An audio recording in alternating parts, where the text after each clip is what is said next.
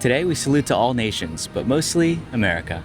Today we're checking out the newest version of Soarin created as a part of the celebration of America's 250th anniversary. Instead of flying around the world, guests now take off on a breathtaking journey from sea to shining sea in some of the most beautiful locations across the United States. Alright, it's a posted 35 minutes standby wait. Soarin is a flying theater flight attraction. It simulates hang gliding by lifting guests up to 40 feet in the air before a massive IMAX dome screen, accompanied by synths, wind, and motion. And specifically for this version, it features a new musical arrangement composed by Bruce Broughton. This ride has a 40-inch height requirement and offers lightning lane. Nice, they have all these posters from the previous versions. Soarin' over California, Soarin' around the world. Okay, we're almost there. Alright, it's time to go fly. Wrong ride.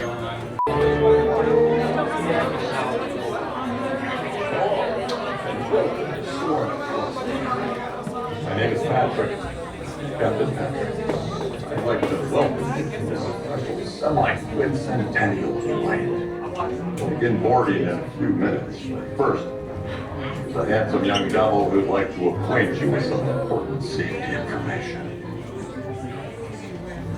When the doors to your flight open, please take a seat. Store all carry-on items in the under-seat compartment. This includes cell phones, bottles, hats, and of course, these little things. Next, fasten your seatbelts, inserting them into the buckle on your right. As smaller aviators don't measure up to the height indicator on the seat. Just put the belt through the loop in the center strap or buckle.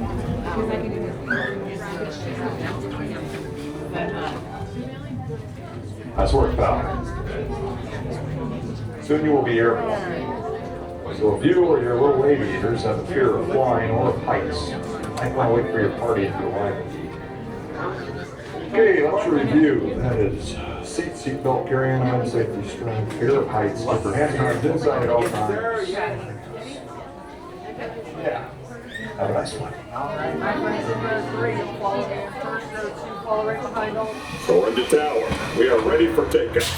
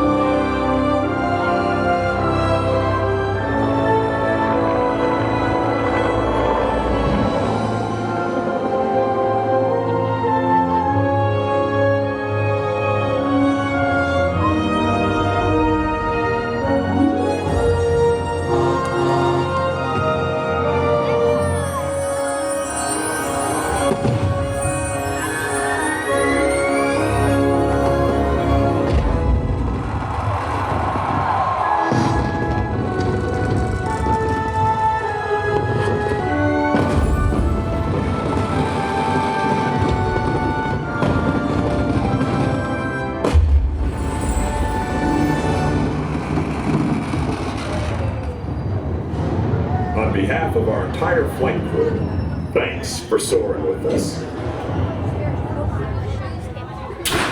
To unfasten your seatbelt, just push down on the red button on your right. Be sure to gather all your carry-on items from the underseat compartment and exit to your right. Have a great stay here in EPCOT or wherever your final destination may take you. All right, we just finished our flight across America on Soarin. I really enjoyed this. It really makes you appreciate all the beautiful landmarks within America. It was really good. I was really surprised with the Griffith Observatory. It's a place that I've always wanted to go visit. I am a bit dizzy. I don't typically get motion sickness on rides, but I am a little disoriented. I do think I still prefer Soarin' over California more. Maybe it's just nostalgia. Maybe it's because it ends in Disneyland and that's my favorite park. I don't know. But yeah, we'll give our full breakdown and our full thoughts when we get home. Alrighty, we're home. I really enjoyed Soarin' Across America. I think that there's a lot of things that, you forget that's in America, as silly as that sounds, Yeah, you really do. So, but I think this is a good way for Disney to kind of test the waters on current attractions to see what they can implement in the future for the parks. So, yeah. Yeah, it's just with any of their overlay too. It's harmless. Just like the Mandalorian and Grogu mission that we just recently did. That was a lot of fun. But it's harmless. At the end of the day, it's not my favorite version of Soarin'. I do prefer over California. I think it just hits different. I think because I experienced it at a young age and it's nostalgic, the smells and the oranges, and I think that was probably maybe a creative decision too while making this one. They didn't want to use a bunch of stuff from California. So there wasn't as many things with the Golden Gate Bridge. They did do downtown Los Angeles with the, what is the area called? The Griffith Observatory and the Hollywood sign. I loved that. At least we got a little taste of California. So there was a bit of nuance there for that. But yeah, I wish they would have used other things like maybe Yellowstone or Bryce Canyon in Utah, the area that Big Thunder is heavily replicated from, or a lot of inspiration was drawn from Bryce Canyon National Park in Utah. That would have been awesome. I think a lot of people would have enjoyed that little bit of nod to a current attraction, especially since Big Thunder did just recently open too. There's another one that the St. Louis Archway. Yes. I think that would have been cool to soar right through it. Also, before I forget, I'm glad Disney brought back the actor Patrick Warburton from the original pre-show and recorded a new pre-show for this version of Soarin'. Nice work, pal. At the end of the day, it's a seasonal overlay. It's going to be gone in sometime in the future, and we're going to look back at it and say, dang, I actually missed this. I wish we would get it again for the next anniversary, or I don't know, every 4th of July, maybe they do it or something like that. Overall, I think Disney has done a great job refreshing a classic attraction while keeping everything that made Soarin' special in the first place. So what do you think? Is Soarin' Across America your new favorite version of the attraction, or do you prefer Around the World or over California? Personally, I still prefer over California, but let us know in the comments down below. So yeah, that's pretty much it. If you enjoyed this video, be sure to like and subscribe for more just like this one, and we'll see you next time. Bye.